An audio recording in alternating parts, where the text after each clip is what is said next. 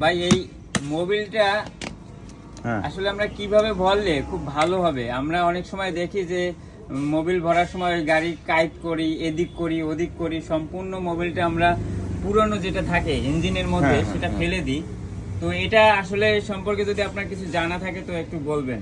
এটা সম্পর্কে ধারণা হচ্ছে কি, মনে করেন এই যে আমি যে মোবিলটা ভর্তিছি, এইখানে মোবিল আছে হলো 1000 গ্রাম, মানে 1 লিটার মোবিল। হ্যাঁ, কিন্তু যে এই গাড়িটা যখন কোম্পানি তৈরি করেছে তখন মোবিলটা দিত এখানে 1100 গ্রাম হয়তো বা 1200 গ্রাম, কারণ তখন ইঞ্জিনটা টোটাল শুকনো থাকে।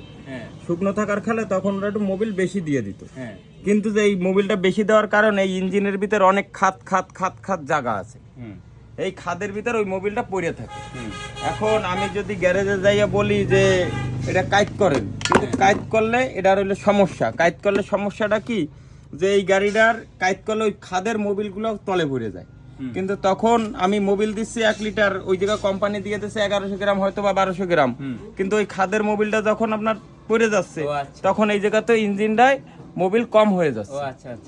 বুঝতে পারছেন? এই হলো বিষয়। কিন্তু মোবিলটা যখনই ডাউন দেবেন সমান জায়গা রাইখে যত দূর পড়বে ওইটুকুই ঠিক আছে, কিন্তু কাইট করবেন না, চিট করবেন না, তাইলে আপনার ইঞ্জিনের মোবিল শর্ট হবে।